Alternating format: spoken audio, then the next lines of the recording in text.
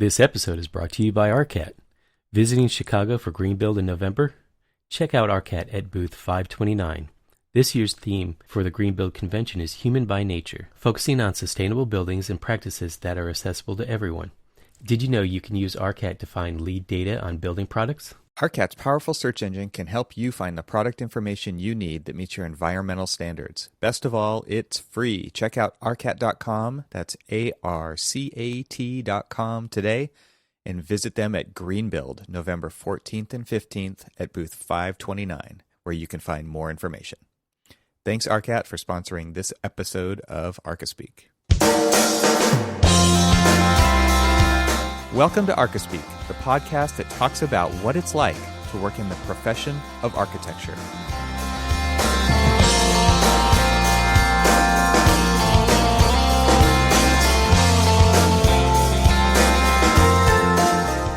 Welcome to episode 155 of the Archispeak podcast. I'm Evan Troxel. And I'm Cormac Phelan. And Neil's not with us this time, but we recently had the opportunity to join some very special guests on this episode in their studio in New York City, and that would be SHoP Architects. And we had John Cerone, who is their virtual design and construction leader there in their firm, to be on the show. And it was a fantastic conversation. So we recorded that separately. We're recording this intro now just so that get everybody into the episode here. And it was a fantastic conversation. What did you think, Cormac? It totally was. And I've kind of gone back to that conversation multiple times with, different architects, with our lead designer in the office, just kind of as a, interesting philosophy shift with the way that they do it and the way that we've been wanting to do things. Yeah. And I even talked with a lot of construction, like the construction manager on one of my projects, because in the episode, we talked a lot about kind of their delivery method and this digital delivery method, the full integration between the model and, construction practices and things like that. And as excited as I get just by listening to the things that we can be doing now and the things that hopefully we will all be doing in the future, I always worry that it's the adoption of these new technologies or these new delivery methods or this new construction method. I always worry about, how are the contractors going to adopt this, or how are they going to receive it? And almost everybody that I've talked to is so very excited about the potential of getting away from the paper delivery method of drawings and stuff and being able to have everybody fully integrated into the model. And we sort of talked about it, and just thinking about like what I've been doing. I'm my more recent project at Duke, and how we worked with the contractors. We gave all of our we had the design assist team members, which were steel and curtain wall manufacturers, and our precast all had the model. All basically designed and developed their shop drawings around our model, so it was like fully integrated. Mm-hmm. And it was in that process really excites me, because we're getting to a level of control and a level of detailing, and more so into that control, right, that really excites the quality control aspect of the project. Because a lot of times, sometimes people don't really understand a detail or something, and they just kind of wing it and do what they feel like it. And then you walk out there and like, oh man, yeah, this is not what I had in mind. Right. And they're like, well, we're kind of moved on past it. So this is something that, unless you tell us to rip it out, and it's going to cost us, a couple of months to, change and do it a different way that we really don't seem to understand. This is what you got to live with, and we all kind of run into things like that a lot. Which is where they're really trying to change the way that they're working, right? Because they're owning exactly these kinds of details, yes, at the very mechanical level of figuring it all out, making sure it performs correctly, and then making all those parts that are then direct to fabrication, because the digital process is allowing for that. Yeah. And what's great about it is what they're doing with that process is that they're not doing it in a bubble. They're not doing it in a void. They're fully integrated with the contractors, with the fabricator, with the distributors and stuff. I mean, they're working with so many different people to make sure that what they see, they want the project to be, actually turns out that way. Well, and I think what's interesting is that they have come up with a way to make sure that they've got skin in the game, which is financially tying themselves to the project performance, so that they basically handcuff themselves to the project in an ownership kind of a way, so that they make sure that it happens. Yeah, well, think about this. I mean, doing it that way and having, we all talk about, we really want to take ownership of this project. And that's more, we want, the senior staff, junior staff, everybody to kind of like get excited about the project and stuff. But a lot of times we always kind of default back to, well, if we didn't quite work this detail out, well, they'll figure it out in the field. And this type of ownership is, no, there is no working it out in the field. It is, we will work it out now because we want to make sure that in the field, it's a smooth, flawless kind of delivery. They can get everything prefabricated, come out there and basically assemble it as everybody kind of envisioned it and not kind of just leave it to chance. And if something goes wrong, they're an active partner in solving the issue, not leaving it up to just some other entity to do that. Cool. Well, anyway, there's so much more in the episode, and I think we should probably jump right into it. What do you think? Absolutely. Hey, let's give it a listen. John Cerone from SHoP Architects, welcome to the show. Could you give everybody kind of a quick little rundown of who you are and what your firm is all about? Sure. Thank you for having me, and thank you for having SHoP represented here on your platform. My name is John Cerone. I'm an associate principal here at SHoP. I'm the director of virtual design and construction, or VDC, as it's somewhat obnoxiously referred to now. We'll get more into that in a bit. The acronyms, the BIM, the VDC, all the the sort of cutesy three-letter terms in this industry. But basically, a lot of my focus at this office has been towards digital delivery. If you were to, the sort of high-level overview, and in a way that's a lot pertained to how do we use 3D models or the environment of three-dimensional platforms to design and deliver those designs, meaning how do you make them? So, a lot of my focus, specific work, the fabrication deliverables for Barclays Center is probably, one of the most prominent physical things that people have visited. Nassau Coliseum renovation, the exterior. We're doing a project in Botswana, Africa, that involves a lot of sort of intense digital modeling for fabrication. But really the components of our design, of which every project has some feature. Often it's the exterior, the facade.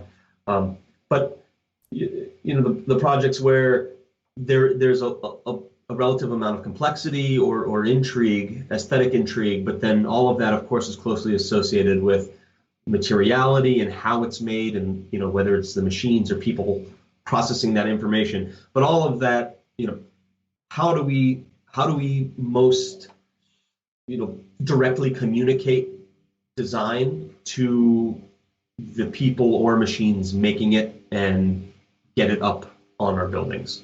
That's been a lot of what my focus has been. And that leads to all kinds of, sort of strange and interesting tangents, of course, into, VR and AR, into digitizing, laser scanning and photogrammetry. It leads into a lot of the sort of fun, weird tech avenues. Right. But all of that is really in service to, what we think is, the delivery of great design into, to the physical world and creating great experiences for people. So if we just kind of go back, if we dial back the timeline, SHoP was started with this kind of mentality, right? Yes. And so that to me is kind of like It's one of the driving, the mantra behind why you do what you do, and it seems incredibly clear. And so that, because it seems to go through all the projects. I mean, Cormac, when we walked into the lobby, right, it was there were lots of models. It was an architecture office, no doubt.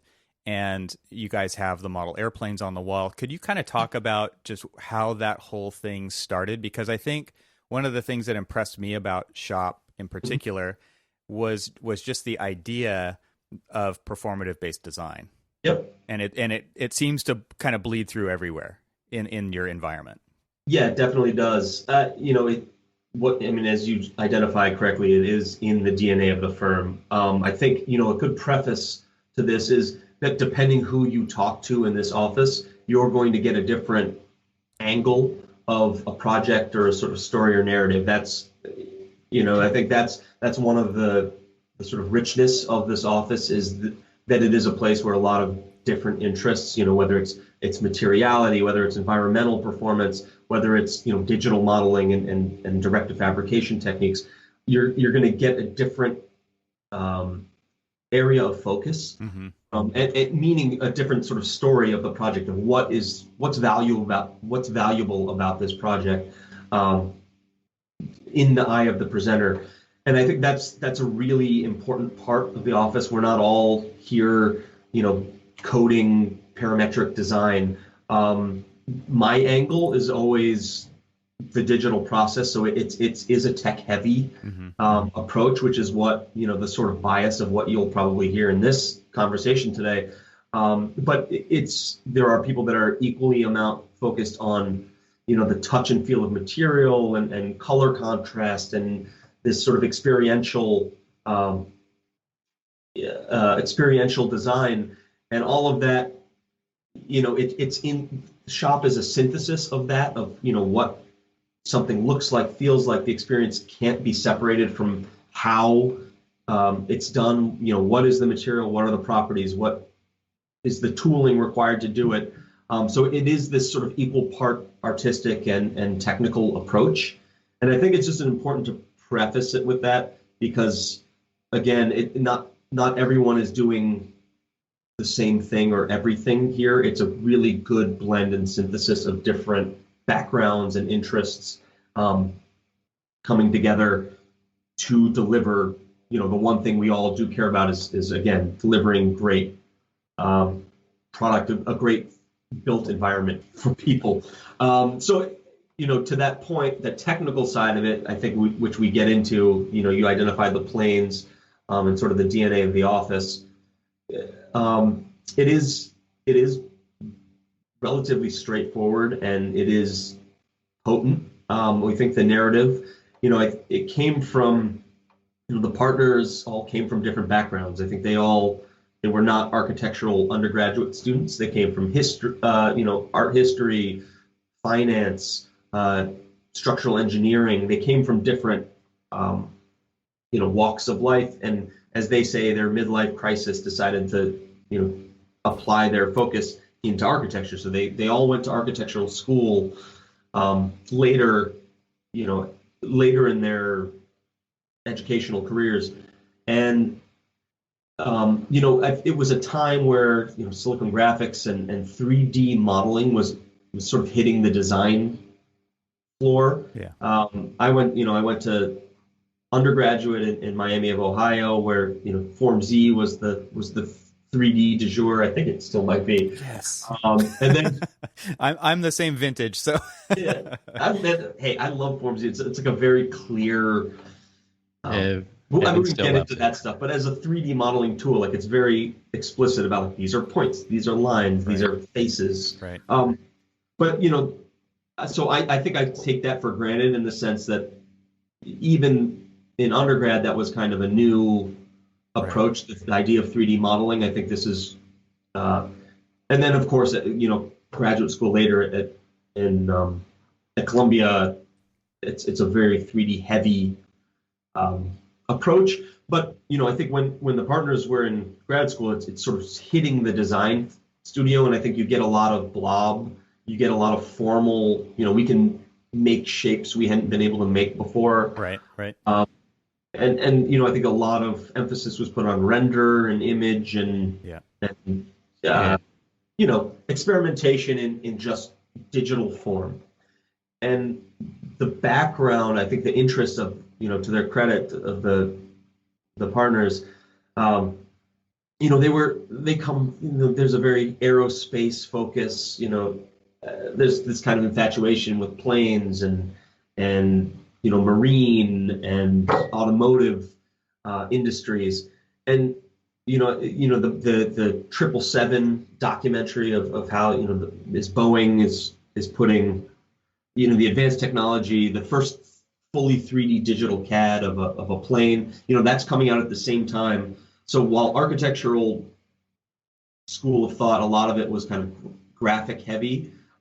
Meanwhile, in other industries, there's these huge case studies of what you're able to do, digital mock-ups, and how the 3D model is this platform that can deliver high-end engineering and fabrication.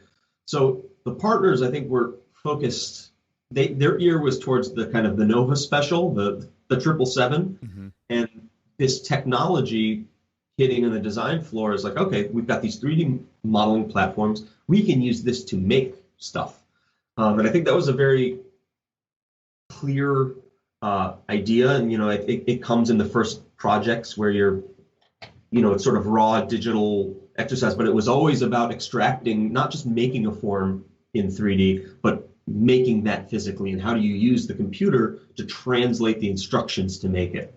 So I think they felt that, if looking at these other industries, aerospace, automotive, architecture is heading down the same path. And when we graduate here, we're going to enter this industry that's putting buildings together the way Boeing puts planes together. And obviously there's a rude awakening when Right. Yeah. hit the professional, hit the landscape. And the reality is a lot of this industry is still working the same way for thousands of years. Yeah.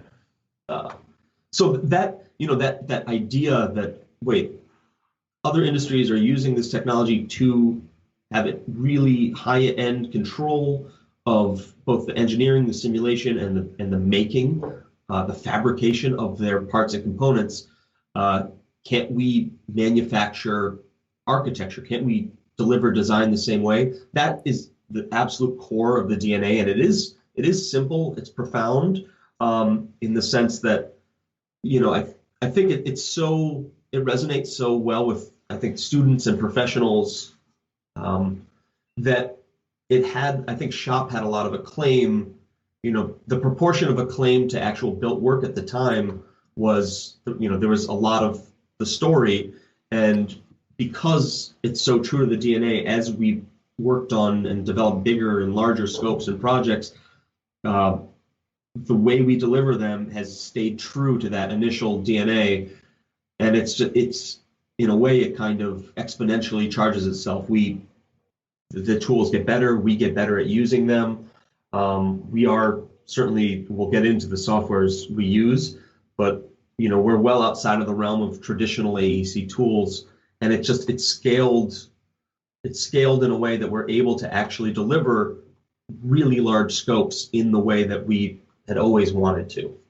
It's always a continuous evolution and education, obviously, but that's certainly a compelling story of SHoP. Mm-hmm. Is of the DNA. It's certainly why I'm here. It's my specific area of interest. I think some things that kind of stand out to me is, number one, there's like a primary drive to make physical things, right? Yes. So it's not just documenting a design. It's really about making the thing. Yes. The second thing is, let's get as much information into that model so that the thing can be made exactly how we want it to be made, which requires a high level of ownership over the process. And I think that's something that is a little unique for your guys' operation, because it seems to me the trend over decades of architecture is, okay, first of all, let's just figure out new ways to do the same thing we've always done, which is draw lines on paper, but also shed risk, right? Give it away, get rid of it. And I think one of the things that I keep seeing every time I think about SHoP or what I experienced walking through the office, and Cormac, jump in here. I mean, I felt like the ownership is high because you guys are willing to take on figuring out how this stuff's going to happen. And I think that, like I said, I think that's a little bit unique. Yeah, I mean, we certainly are. We feel that way.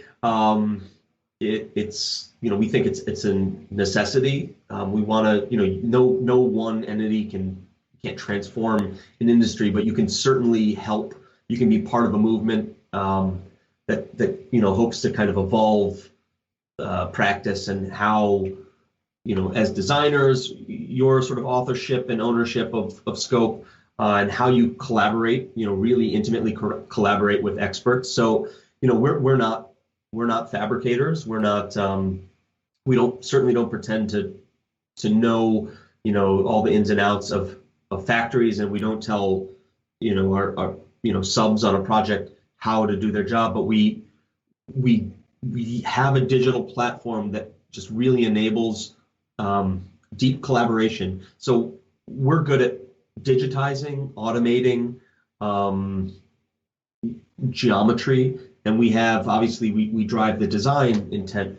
So when we work with experts, whether it's enclosures or wood systems or the people making the at the end of the day making the pieces and parts, and we do think of our projects. Maybe that's unique. This is a very simple statement, but somehow it seems to be kind of have a deeper meaning. We do think of our buildings as pieces and parts and assemblies. That's kind of an important distinction. It's not just sort of large masses and geometries kind of colliding in some unknown resolution that you sort of wait till shop drawings to figure out how things go together. We do like to think about resolutions of detail that support design intent. And then when we collaborate with the people that are actually engineering and sizing, thicknesses of plates or mechanical connections, we already have a backdrop or a infrastructure or environment, a digital environment that allows us to explain what we want, what we're looking to achieve, and then also, dial in or represent the fabricator's constraints and logics.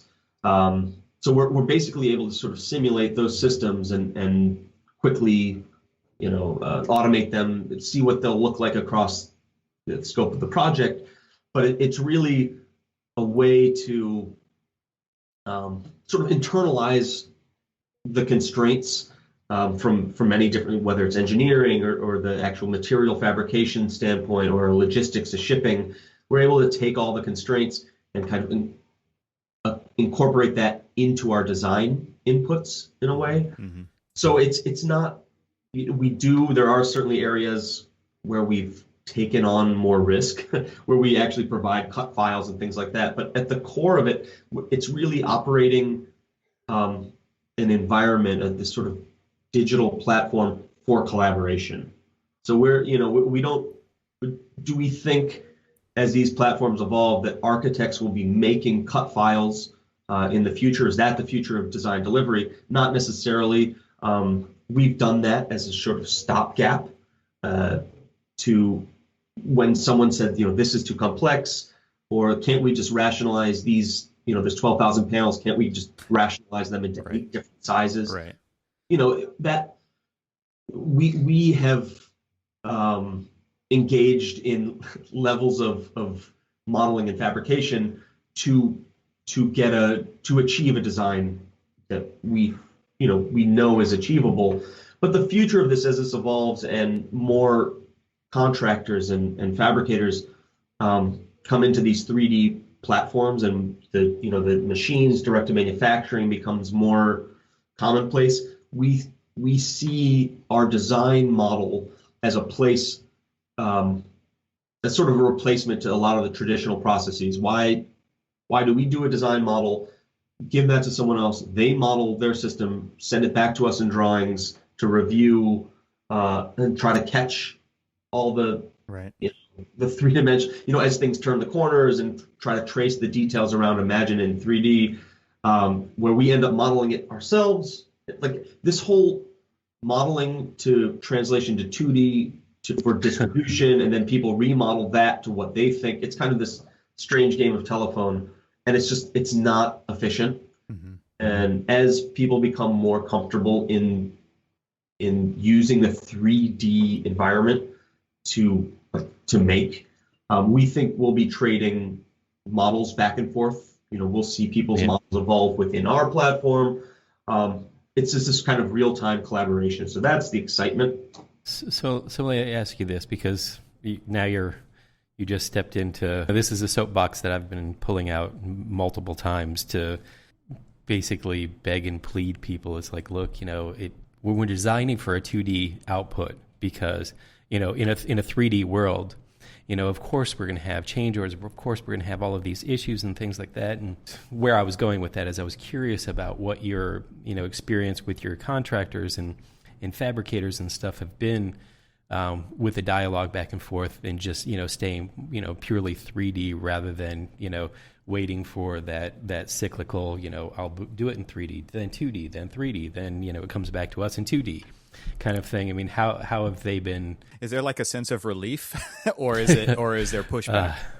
I think it depends on how it's set up and how you're kind of entering the project. I started by VDC is this sort of obnoxious term that's come out as a focused version of BIM. So like building information modeling, it meant something. I think when people sort of you've got a three-dimensional representation. It has information attached to it, and that is your platform. That's the project, and everything is represented.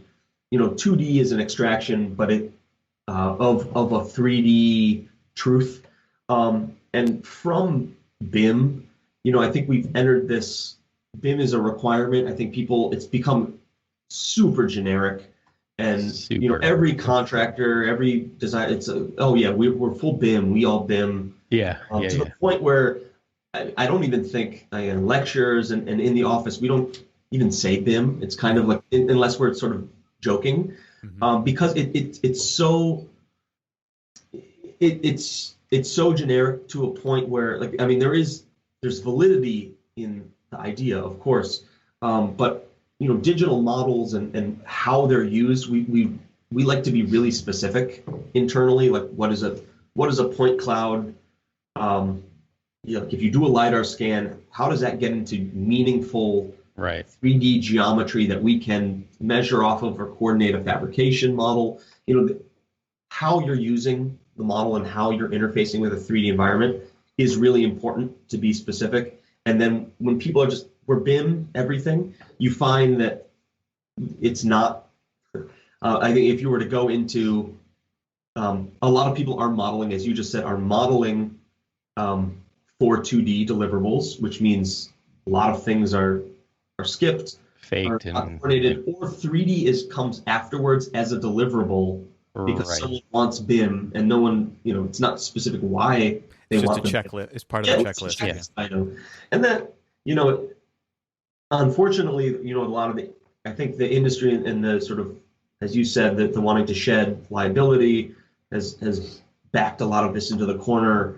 I think specifically in the States, where people are even reluctant to share 3D CAD because if we had, we didn't resolve this corner, someone's going to go and use that as a they're going to build off that, where really the 2D is what the actual deliverable is. So what's in our PDF is what you should go by. And, there's a lot of this kind of confusion. But still don't measure off that, right? Like there's still all the disclaimers. Exactly. So, to your point, we've, since, the kind of Barclays to Nassau project, the workflow there was really reassuring, because I think we pioneered a lot of, and it's interesting, the lineage of the firm too, because you start with the idea that a computer you can make something in the computer and you can use that model to make the thing. So, PS1, which is this initial pavilion, you look at this evolution of projects. So the early projects still all had the DNA of, can we create one-to-one jigs? You've got like PS1 and Camera Obscura, and you couldn't have done the Porterhouse project without proving a sort of a way of working on those initial projects, that sort of DNA. You're always building on that to get Exactly. to where you are. So yeah, it's not like you guys walked into this with all the knowledge. It's been a build up over time. Exactly. And then, you can't do Barclays had you not done Porterhouse. And Barclays is kind of, the idea that you're going to do the cut files for, a rain screen system, which was the Porterhouse, and actually as a designer control that deliverable, that is somewhat unheard of at that time. And now, of course, I mean, there's I think firms that look to do that at that small scale. But then when you look at Barclays, it's just an exponential increase of complexity and resolution. But it's done in a way, it's the exact same mentality that we're gonna digitally mock up the entire project and use that for the deliverable. And of course, the tools, scale at that point where, you go from SolidWorks, Rhino, SolidWorks, up to kind of CATIA, full-blown, fabrication models at Barclays. But we proved that was one where we formed this relationship. Forest City is the client, Hunt Construction is the builder.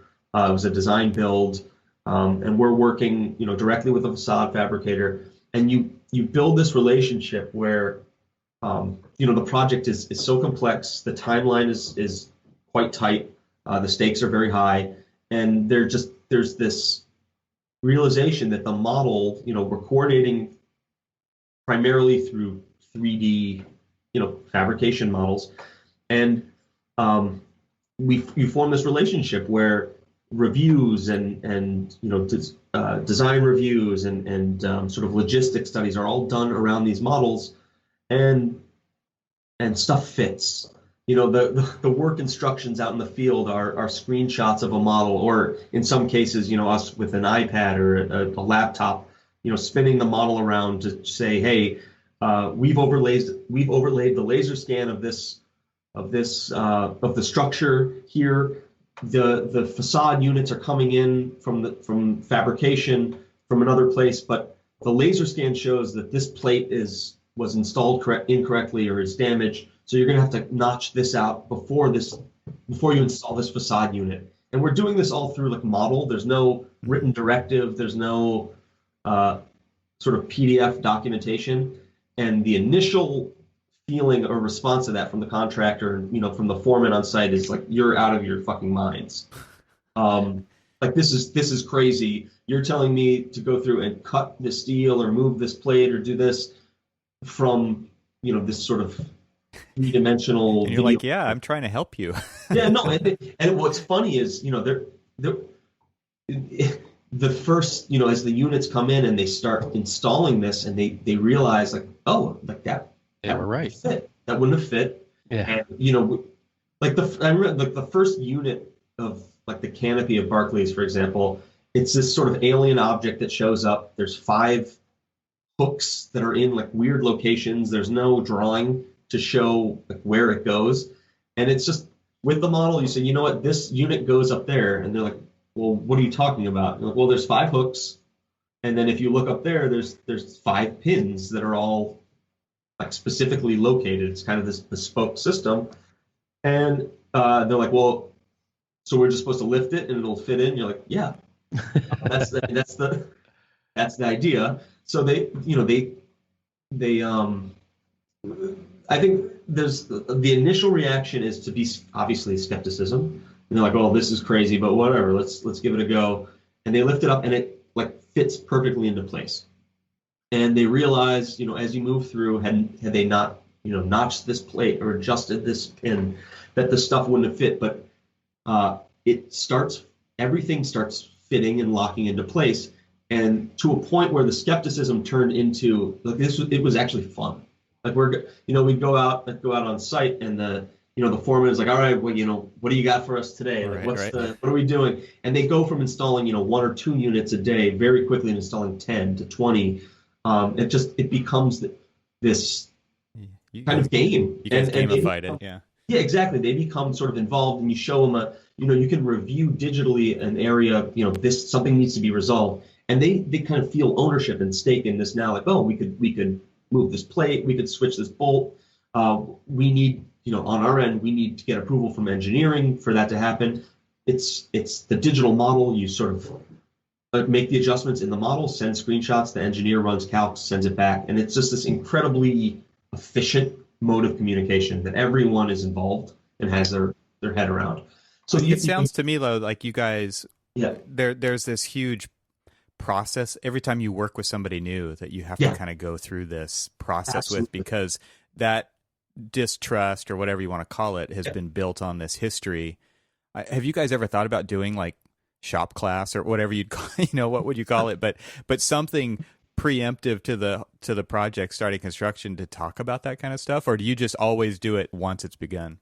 Yeah, I think we do the orientation. I mean, I don't think that can ever prepare people really for it. I think there's always going to be a level of skepticism. Because it's not real. Yeah. Yeah, it's just, like it's not real. This is not how things are done. And I think when you do it, all of a sudden they realize it's really real. And it's actually in many ways, there's so much truth in these models. Yeah.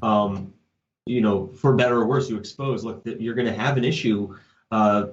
This facade unit is going to hit a structural bolt. Like we've got to do something about this. It's not something they find out once they've lifted the unit in, which of course those kinds of change orders are just a disaster for schedule.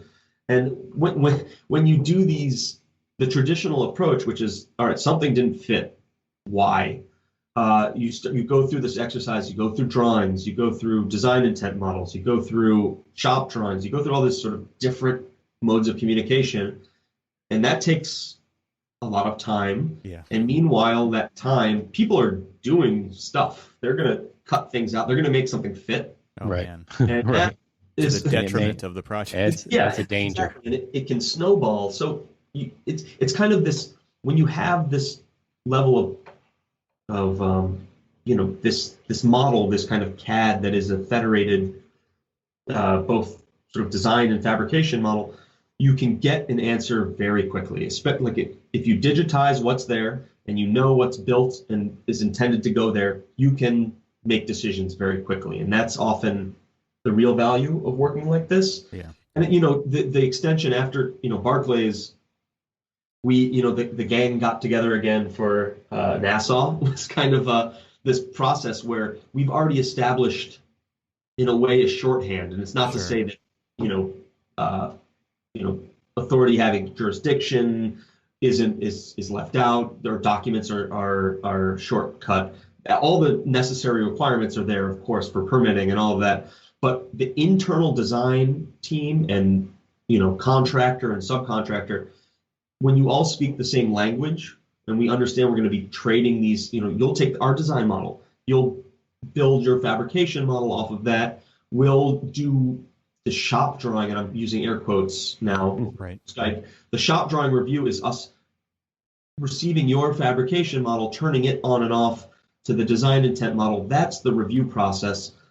You all of a sudden go from hundreds of pages of sort of what we've considered a formality of these shop drawings down to intent. It describes a system for stamping, but the true review is of the three-dimensional geometry, and it is you can replicate it. And I think in that experience, we're working with Hunt Construction on when we did that with Nassau. They brought in Crown Core, which was a subcontractor for the facade that very much spoke the same language, and their subs, the people doing the fins, the people doing the space frame, everyone spoke that same language, and it's just the efficiency you're able to achieve when that is the sort of common language is incredible, and we do see the industry inevitably moving that way.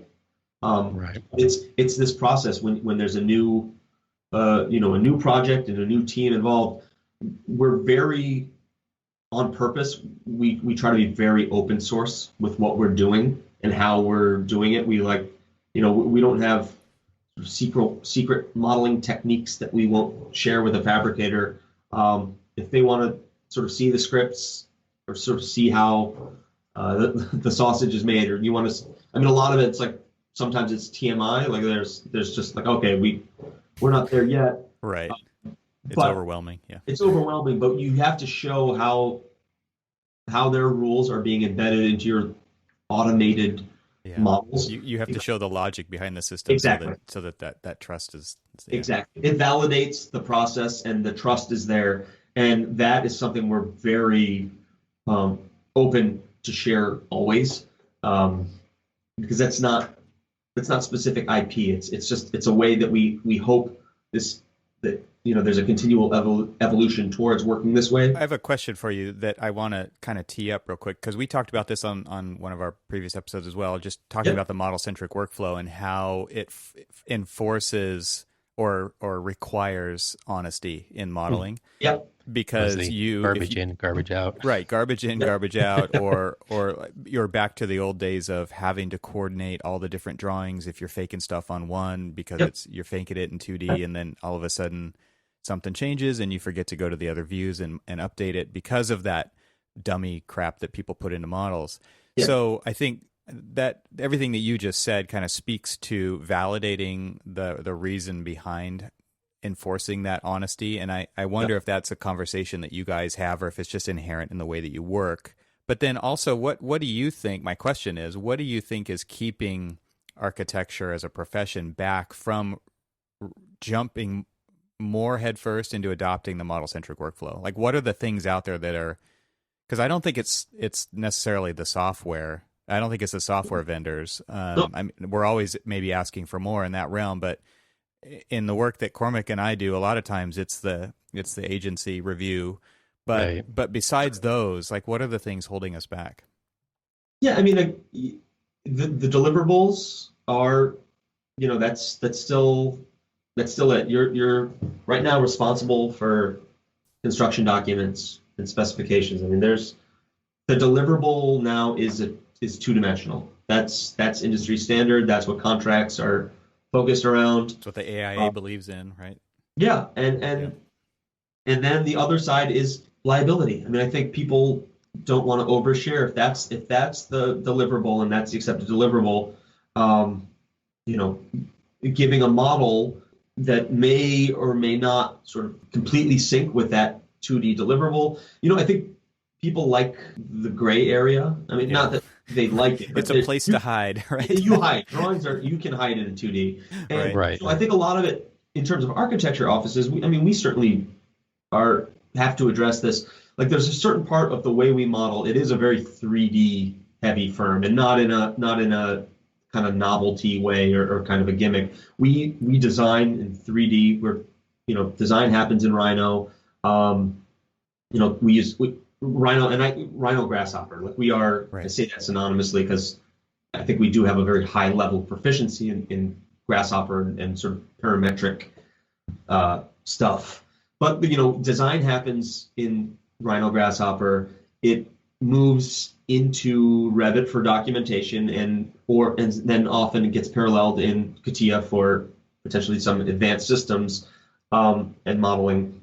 But we deal with it because it's a resource issue.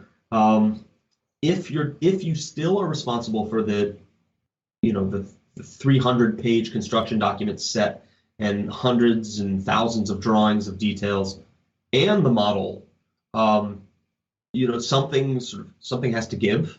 Yeah, I was going to ask you guys actually about that, because you are so willing to take on, in order to get the thing built that you want built, you're so willing to take on these different responsibilities. To what cost does that affect SHoP?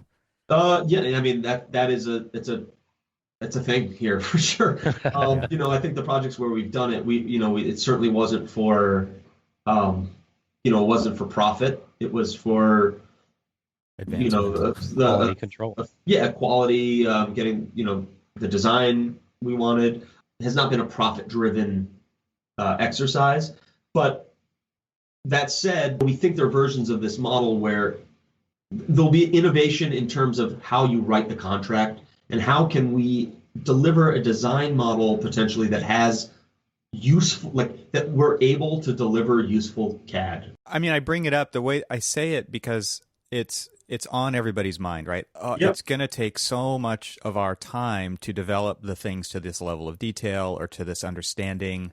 Mm-hmm. Maybe we need to get educated on how to do this stuff. That takes time. We need to talk to the fabricators. We need to become educated on how they do, what their machine limitations are, what the transport limitations are, when typically we've offloaded all that kind of stuff. So there's definitely a cost, but you guys seem to be working back toward the master builder kind of idea. And so like you said, you're not doing it for profit, but you're doing it because you believe in something. And that is more important than the profit. Yeah, I mean, not always, maybe, but a lot of times. No, I mean, we are, we are a for-profit enterprise. I mean, right. we're in this kind of both and that we always start our lectures with. We're both in this sort of R&D and academic thinking, but we are we're a production firm. We have to make the buildings that we design. That's both are valuable, and to do that, I think we have to be realistic about efforts. What's interesting is you have to be realistic or keep an eye on the global sort of landscape of this industry. So it's interesting because when you work this way, there are incredible efficiencies to be had in terms of like time and effort.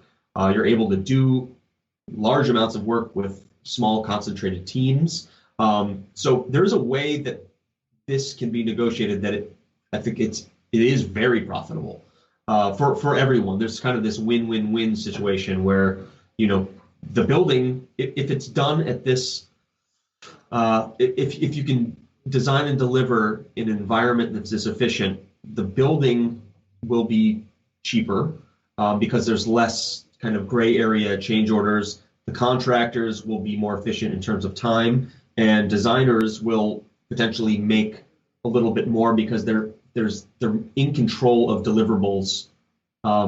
If you invest a little bit more upfront to make sure that there's meaningful CAD, there's meaningful documentation, that you hand the baton to the contractors, manufacturers, that whole timeline compresses. And there's a lot of efficiency to be had there. To overcome that, I mean, it's a beast to overcome. I mean, there's so much contractual language and kind of historic, this is the way things are done. There's a lot of inertia or a lot of sort of like mass momentum to move. So you can do it through case studies. I mean, certain events we had or certain experiences we had on these projects, Barclays and others, for example, where it's just this extreme level of this was the design, this is the representation of that design, the steel detailer takes that CAD, uses it as the backdrop to their fabrication models. It's so efficient that we know, like, you can't unknow that. Yeah. So we know it exists. It can work, and then the real innovation will come from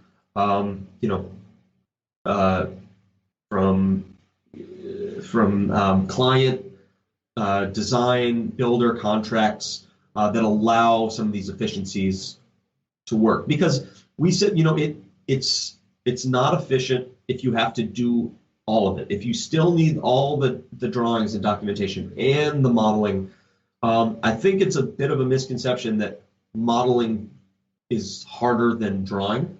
It's a reappropriation of effort. Sure. Right. But right now, if you still need all of the backgrounds and the drawings, you don't have time you're spread thin. Yeah, the balance is a real thing. Yeah. Yeah, the balance is wrong. So that we hope that there's a shift in that kind of mentality. We were talking about probably one of the bigger things, because I see, just in my own practice, I've seen, not my own practice, but what I'm doing with the firm I'm in. I see that a lot of the contractors, precast manufacturers, whatever, are actually working as design assist with the models. So the steel contractors and everything else, they're all working with your models. Yeah. And so there's a good dialogue coming up. The electrical engineers, the subs, everybody, they're working with the models. But we think the bigger hang up is really with the AHJs, because they're not really equipped to understand what we're doing with the model. And so we were saying, I jokingly said, well, we're going to have to wait for everybody to kind of die off and then have a new breed of AHJs come in who are tech savvy, that understand, the softwares that we're building in, designing and building in, to basically move that forward, so we're not just doing the doubled effort. Yep. And I mean, this is exciting because this is where something like, virtual reality and augmented reality, beyond the novelty of it, right. we've been very deeply involved in it for several years now. And less about I think the obvious use of VR is like, hey, clients, here is the finished space. What do you think? Or, hey, client, here's the finished space. You can, sell condos. This is what it'll look like. Yeah. You can, it's a marketing tool, and it of course is good for that. But I think our interest in VR has been much more like the implications of it on our industry. Mm-hmm. That's exciting to us. So we use it in very early stages of design. And of course, we do use it for, here's the final materiality, or, this is, you get that kind of immersive rendering. But we use it, the interesting parts are way before that in concept. Agreed. Even, concept through schematic. I mean, we review things genuinely, review in VR. It's the new way to redline a set, right? Yeah, which makes perfect sense. You're building, the ultimate goal of this is to have a 3D building that is occupiable for people to walk through. So why not do this throughout the entire process? Yeah. So the more you have to do stuff for VR, we like it because in a way it's this, it's this. I don't mean this in a malicious. It sort of undermines the 2D. You need to review it. It's in 3D. It's conducive to this 3D environment. Absolutely. Like this is the way that the AHJs can, the authorities can review this way. Like it is, in a lot of ways, it is actually, it breaks down barriers of CAD navigation, because even the most, like the simple, all you have to do is right click and move the mouse and it'll spin this model. That is foreign to people. But if you just look, you're in it, and just point to stuff and click, there's no barrier of entry there. And we can get people that are expertise, the code officials and fire departments, you can get people engaging the project, which is a 3D thing. Then if you get them used to these environments, then you can start asking the question, do you really need this piece of paper to approve it, or are we good? That's the way it could eventually happen. Right. I mean, as you started talking, and we were talking about getting the HGAs to basically do VR, I'm envisioning, because, I'm getting to a stage in schematics of a project I'm working on where we're going to be sitting down with the fire marshal, walking through it and everything else. I can imagine taking him through and saying, okay, here's how you enter the building, and let him enter the building. Let him walk to, where the fire enunciator panel is. Then let him go, to each floor and understand, where his standpipes are, where, all of these like little minutiae that he needs to worry about actually are, and say, okay, yeah, this makes sense. No, I think because of this, once he gets a spatial understanding of things, he's like, okay, you need this to be here, because it's more adjacent to your stairs, or, I'm just throwing stuff out now. But, you know what I mean? At least he's engaging in the ability to understand the building. Yep. And even beyond that, you can take, because it's just a 3D environment, you can make any view you want of it, right? So right. Yeah, if you could easily just put a giant marker everywhere that these things are. It's not like the days of here's the plan that shows where the standpipes are. This is a view specific for an audience that matters to them. And we have the ability to do that, but I think for the most part, most architects aren't doing that kind of thing. And I think to that point, this is all. It's a compelling, and we believe it's inevitable in terms of the sort of design and review process, the permitting. That one of the things that's sort of held some of this back is we still need the drawings to make it. So AR, like a contractor isn't going to pop into VR to figure out, where they should lay out the studs. That's sort of a little unrealistic. I mean, they can walk through, you can coordinate logistics in that sort of immersive environment. But AR, which is at a very sort of nation state, we understand that. But the implications of augmented reality, where in the physical world, the overlay sort of holographic instruction manual is there. We've been experimenting with. We're using HoloLens now, but this, there's technologies coming out where like that. Once that becomes sort of understood or meaningfully applied to sites, that's a direct case for three-dimensional deliverables. Because whether the architect is whether it's coming from the design model, probably not, but it will compel contractors to create meaningful 3D CAD that you can build from, because to overlay that in reality, as a augmented instruction manual, that level of coordination is required, and that can be incredibly efficient. I don't think anyone will care about a two-dimensional representation if you're able to convey that sort of in real time in 3D. Yeah, agreed. One of the things that has come up that I've seen is, because on 2D drawings they're sealed, right? There's a stamp in the corner. Yeah. That says we take liability for what's on this page. In a 3D environment, that's a little different, right? Because that isn't really a thing. But I'm just wondering, maybe this is where the idea of blockchain comes in, where you've got a ledger system that is built in so that the different entities who touch the model have accountability to it, right? Absolutely. The technologies are out there to do this kind of stuff, but and they're not necessarily happening in the architectural realm, but they are happening where it could be applied to it. 100%. I mean, that's obviously the challenges that we sort of face in terms of ownership and who's the kind of collaborative IP or life cycle of a project. Other industries have been dealing with this in 3D CAD for a long time. I mean, this is where when there are ways, and in certain ways, it's even more explicit in terms of this is the geometry, the sort of design intent that we are responsible for, and it might be surfaces, it might be lines or points that this is the intent, this is what we care, this is face of glass, this is face of curtain wall, and we understand the details behind that, but we'll own this surface, and what you build off of this surface as an input is your model. We see it all in one environment, but very explicitly who's done what is, timestamped to each move, and the models belong to the trades responsible. So in a certain way, it's even more kind of explicit. There's no kind of opacity to that. It's incredibly transparent. I think a lot of times maybe people worry about that transparency because, as we said before, you can hide it in 2D drawings. So there's a lot of maybe money to be had in change orders, or we'll figure this out when we get to the field. But the idea that if everyone is working in that environment, our inputs are very clear.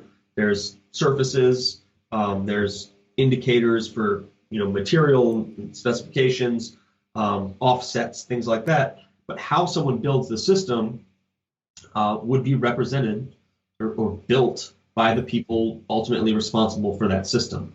Right. I think what's and maybe you could just comment, when you are working, this kind of goes back earlier in our conversation where you're working with these different fabricators. When I was teaching an emerging technology class in the architecture department at our local university here, and one of the guest lecturers that I had, she was talking, they're doing direct to fabrication digital modeling using control surfaces, but then backing it all up with the structure and all that kind of stuff.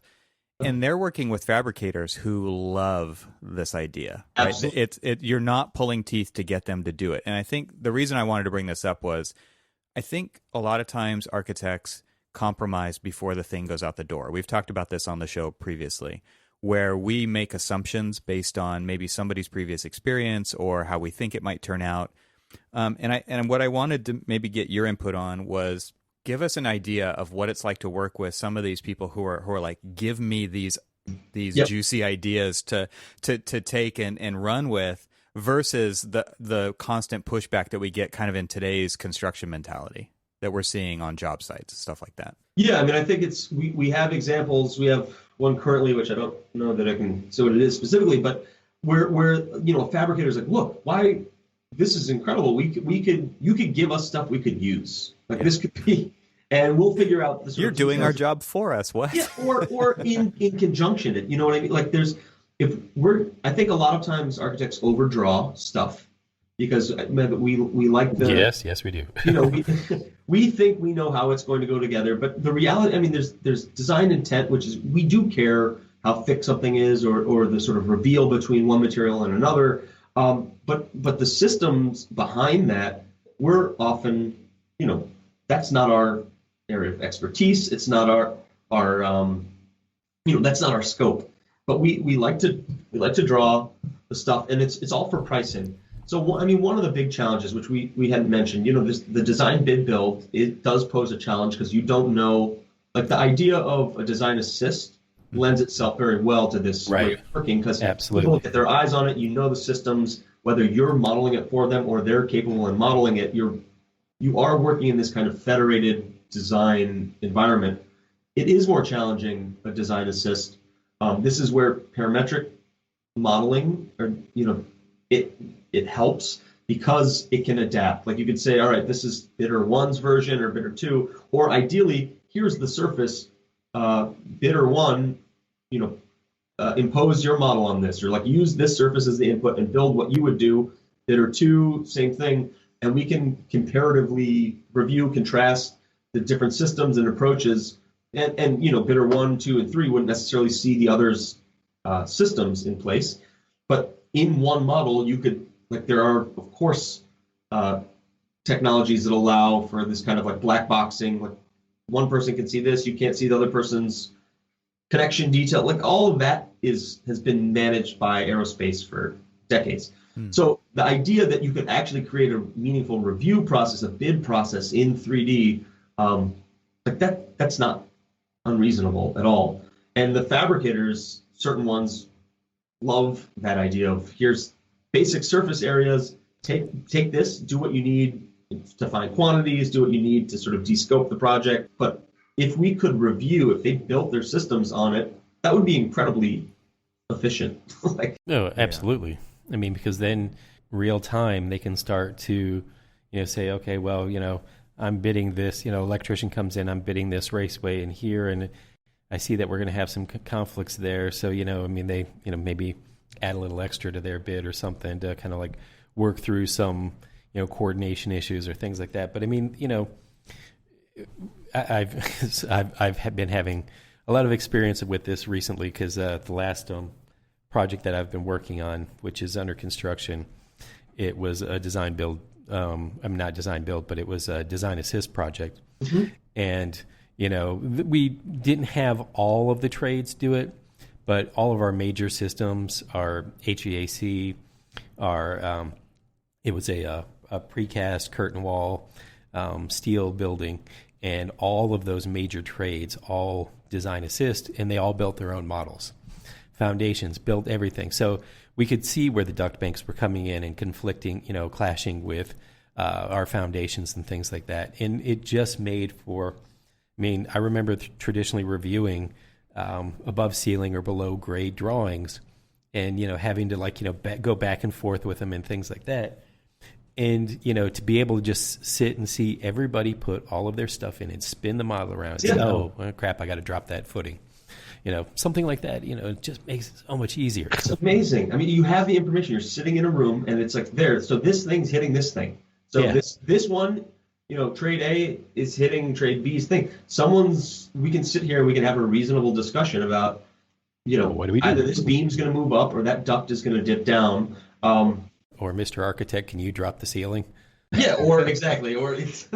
Or there's no room for any of it, and right, architect, you're going to lose 6 inches off your ceiling. But that, you can, when it's in front of you, you can have, I think the collaboration is so much better. People are invested in the process and the project. it's sort of more enjoyable, which is something we never really talk about, that like designing buildings and navigating this sort of rich 3D environments is more fun than right. Drawing sort of 2D representations of it. It's just yeah. I mean, it's fun. How many times does a client ask you? It's just like, well, what is it going to look like? What is this space going to feel like? And how many times do they get confused when you're looking at a 2D printed view of it, and they're just like, I don't understand. I mean, what do you mean? And then you have to say, okay, well, picture this space here, and you're like, pointing at, like it stops there kind of thing.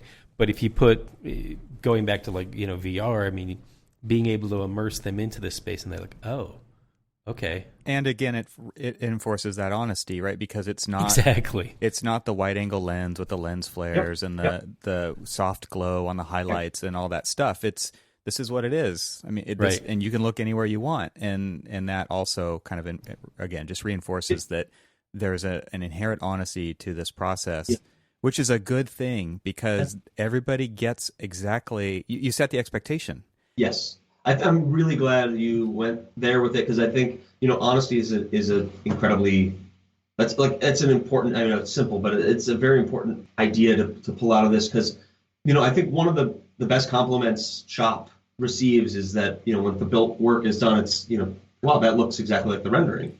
And it's like, yeah, that was our intent. It's a sort of testament to this process and the way we work, in the sense that like we're not going for that necessarily, but there is this kind of transparency or honesty through the process, internally too. We're designing things. We're not, because partners are reviewing things in VR, and it's all we try to keep it digitally as real and as a simulation of what the 3D environment is, because as you said before, the product is a three-dimensional industry and environment that's the goal. So when you work this way, I think that the byproduct of that is something that's very true to what the intent was, and that it's an honesty for sure, sort of honesty, integrity of process, and coordination and collaboration. Everyone sees the same thing, and there's no major aha or surprise. I mean, it's. Well, think about how transparent you can be just to the client themselves. I mean, because we frame views for them, of like specifically what we want them to see. Yep.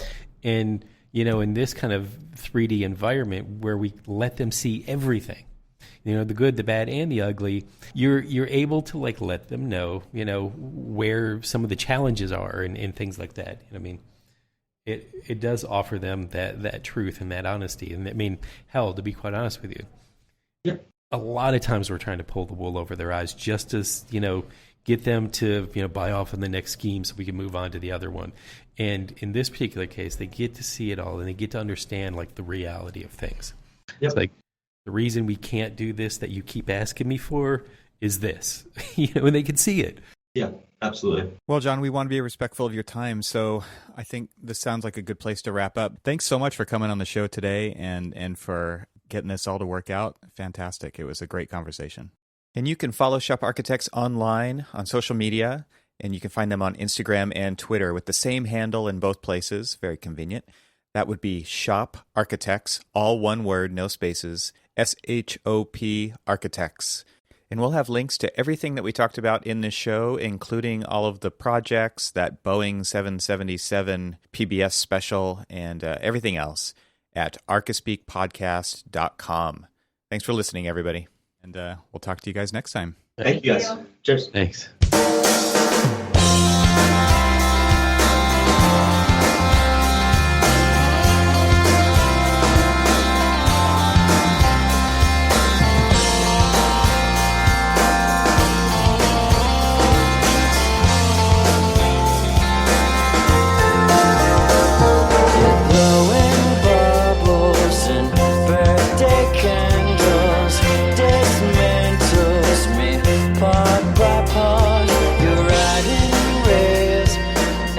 Drunk